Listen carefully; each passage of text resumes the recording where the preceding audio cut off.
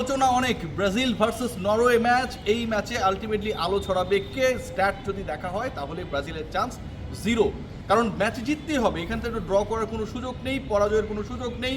Top 8-এ যেতে হলে Norway and Brazil they have the only way and that is to win this match. Norway শুরু থেকেই তারা যেন অনেক বেশি আত্মবিশ্বাসী এবং তারা এমন একটা সিচুয়েশন ক্রিয়েট করেছে যে তাদের হারানোর কিছু নেই, তাদের টেনশনের কিছু নেই। এই this Brazil is a very different team. ব্রাজিলে অনেক অনেক সুপারস্টার রয়েছে, তাদের কোচ ফুটবলারদের থেকে অনেক বড় সুপারস্টার কার্লো আনচেলত্তি। সো তারা এই ম্যাচটাকে এনজয় করতে চায়। আর্লিং হাল্যান্ড এখন পর্যন্ত বিভিন্ন স্টেটমেন্টে এবং তাদের ডেলিগেশনস থেকে যে স্টেটমেন্টগুলো এসেছে, নরওয়ে তারা নিজেদের প্রেশারটা রিলিজ করার জন্য আগেই বলে দিয়েছে যে ব্রাজিলের দলটা অসাধারণ এবং তাদেরকে হারানোটা সত্যি সত্যি কঠিন। আলোচনার জায়গাটা আসলে এখানটায়। আজকের এই ব্রাজিল দলের সুসংবাদের কিছু পয়েন্ট রয়েছে। 1 নম্বর পয়েন্ট যেটা, নেইমার 90 মিনিটস খেলার মতো অবস্থায় রয়েছেন। Neymar could play the full game for Brazil today এবং স্টার্টিং লাইন আপে নেইমারকে দেখা যাওয়ার একটা বড় সম্ভাবনা রয়েছে। নেইমারের ব্যাপারে প্রত্যেকটা সুসংবাদ ব্রাজিল ফুটবল ফেডারেশন এবং কার্লো আনচেলত্তি দিয়ে আসছেন এবং যেহেতু তিনি 90 মিনিট খেলার মতো ফিট অবস্থায় রয়েছেন, আজকের ম্যাচের স্টার্টিং লাইন আপ থেকে নেইমারকে দেখার সম্ভাবনা রয়েছে। হোয়াট এভার রাফিনহা, আরেকজনকে নিয়েও সমস্যা ছিল এবং রাইট উইং ধরে যে আক্রমণটা আলটিমেটলি ব্রাজিল করতে চায়, লেফটে তো ভিনি জুনিয়র রয়েছেন, সেইখানটায় রাফিনিয়া যুক্ত হলে ব্রাজিলের শক্তিমত্তা ডেফিনেটলি আজকের ম্যাচে অনেক বেশি বাড়বে। আপনি গ্রুপ স্টেজের ম্যাচেসগুলোতে রিস্ক নেওয়ার সিদ্ধান্ত নিতেই পারেন, কারণ ওই ম্যাচেসগুলোর থাকে না যে আপনি বড় মার্জিনে জিতলেন না, ড্র হলো, আপনার বিকল্প সুযোগগুলো থাকবে। ইউ হ্যাভ সাম অপশনস যেইগুলোকে কাজে লাগিয়ে আপনি ফাইনালি নকআউট স্টেজে যেতে পারেন। বাট এখানটায় রাউন্ড অফ 16 যেখান থেকে আপনি প্রোগ্রেস করবেন টু রাউন্ড অফ 8-এ, মানে হচ্ছে কোয়ার্টার ফাইনালসে, সেই জায়গাটায় ব্রাজিল এই মুহূর্তে যেখানটায় দাঁড়িয়ে আমার কাছে মনে পুরোপুরি তাদের favourite. Neymar is 100% fit to play the full game, Raphinha is going to be back. So এই জায়গাটা আমার কাছে মনে হয় ব্রাজিলের জন্য একটা দারুণ সুসংবাদ রয়েছে এবং তাদের যে স্ট্রেংথ আমরা দেখেছি, ভিনি জুনিয়র, কুইনহা, সবাইকে নিয়ে যেই সিচুয়েশনটা ক্রিয়েট হয়েছিল লাস্ট ম্যাচেসগুলোতে, সেটাও যথেষ্ট ডেভেলপমেন্টাল ছিল। মানে আগে যেভাবে শুরু করেছিল এবারে ওয়ার্ল্ড কাপ ব্রাজিল মরক্কোর সাথে ড্র করে, তার থেকে অনেক বেটার ব্রাজিলকে আমরা দেখেছি। এই ব্রাজিলটা আরও বিধ্বংসী হয়ে যেতে পারে। What about Norway? নরওয়ের ক্ষেত্রে আমার কাছে মনে হয় যে ওই টেনশনের জায়গাটাই হচ্ছে একজন হাল্যান্ড। এখন তিনি কি করেন, থাকে না অনেক সময় ওয়ান ম্যান শোর মাধ্যমে একটা দল অনেক কিছু করে ফেলে এবং এই ওয়ান ম্যান শো আমরা এখন পর্যন্ত দেখেছি আর্জেন্টিনার ক্ষেত্রে, ইভেন ব্রাজিলের ক্ষেত্রেও কিন্তু আমরা দেখেছি ভিনি জুনিয়র অ্যাকচুয়ালি যেটা করছেন। সো এই ওয়ান ম্যান শো আমরা ছোট দলগুলোর ক্ষেত্রেও দেখেছি। আমরা যদি কাবো ভার্দের ক্ষেত্রে দেখি, হোজিনহা একলাই লিওনেল মেসিকে অন্তত 2 থেকে 3টা গোল থেকে বঞ্চিত করেছেন। ওয়ান ম্যান শোর যে জায়গাটা, সেখানটায় হাল্যান্ড আসলে কি করতে পারেন আমার কাছে মনে হয় সেটা তাদের একটা বিশাল পরীক্ষার মঞ্চ এবং এই পরীক্ষার মঞ্চে তারা কনফিডেন্ট হয়ে নামবে।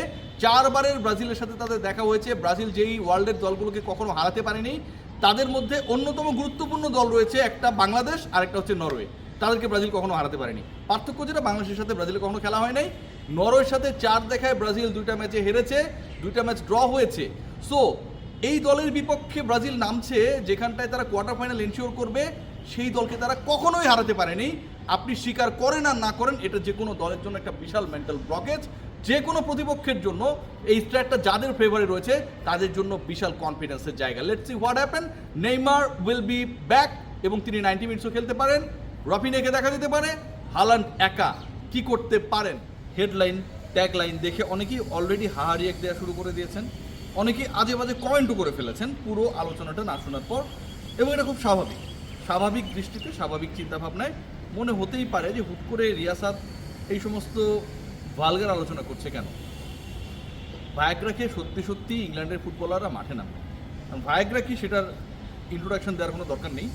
কারণ এই আলোচনা করতে গিয়ে যদি আবার ভুলভাল বলি, যারা হচ্ছে চর্ম যৌন রোগ বিশেষজ্ঞ আমাদের সম্মানিত চিকিৎসকরা রয়েছেন, তারা এটার ভুল ধরে আবার ব্লক বানালে আমি পড়বো বিপদের মধ্যে। সো ভায়াগ্রা কী করে সেটা যদি স্বাভাবিকভাবে আমরা আলোচনা করি, বা নর্মাল যে সেন্স, সেটা হচ্ছে যৌন অক্ষম ব্যক্তিদেরকে হচ্ছে সক্ষম করে তোলে।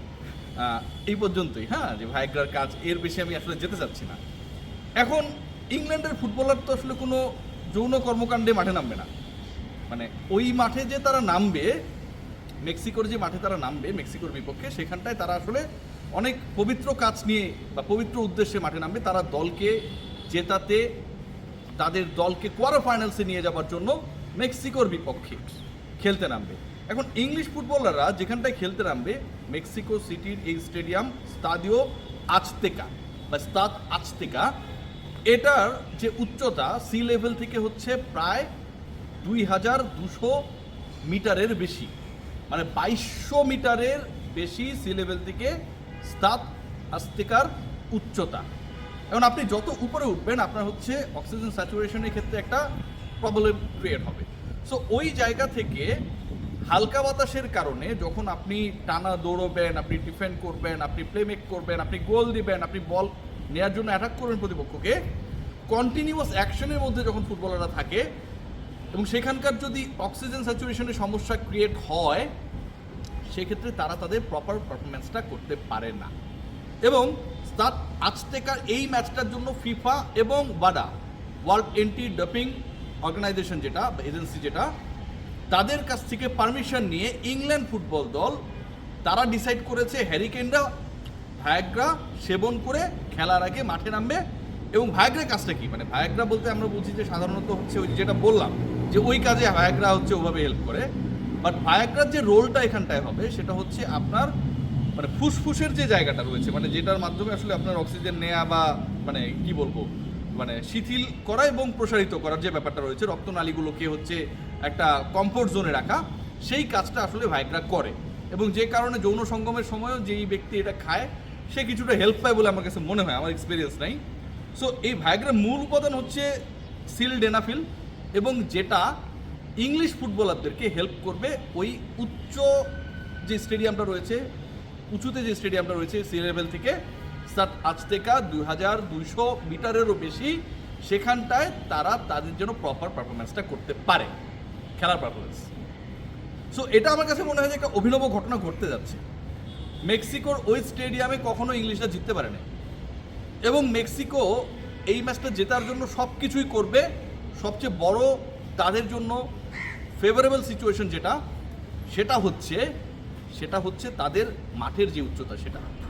সো যেই ঘটনাটা ঘটতে যাচ্ছে আমার কাছে মনে হয় it's going to be a very special event, যেখানটায় আসলে আমাদেরকে যে ফুটবলকে আমরা দেখবো, আমরা কল্পনা করতে পারবো যে ওই হ্যারিকেন, হ্যাঁ ও ভায়াগ্রা খাইছে একটু আগে, ভায়াগ্রা খেয়ে খেলতে নামছে, হ্যাঁ মানে এরকম ব্যাপারগুলো আমরা ফিল করতে পারবো যে হ্যারিকেন আজকে ভায়াগ্রা খেয়েছে। মানে যদিও সেই পারফরমেন্সটা হচ্ছে অন্য জায়গায় না, ফুটবলীয় পারফরমেন্সের জন্যই আসলে হ্যারিকেনদেরকে ভায়াগ্রা খেয়ে এই ম্যাচে মাঠে নামানোর সিদ্ধান্ত গ্রহণ করা হয়েছে। সি লেভেল থেকে স্টেডিয়ামের উচ্চতা অনেক বেশি, রক্তনালীর যে সংকোচন প্রসারণ এবং সেখানটায় অক্সিজেনের স্যাচুরেশন ঠিক থাকে যেন, সেই কারণে আসলে ভায়াগ্রাকে তারা উপাদান বা উপায় হিসেবে গ্রহণ করেছে।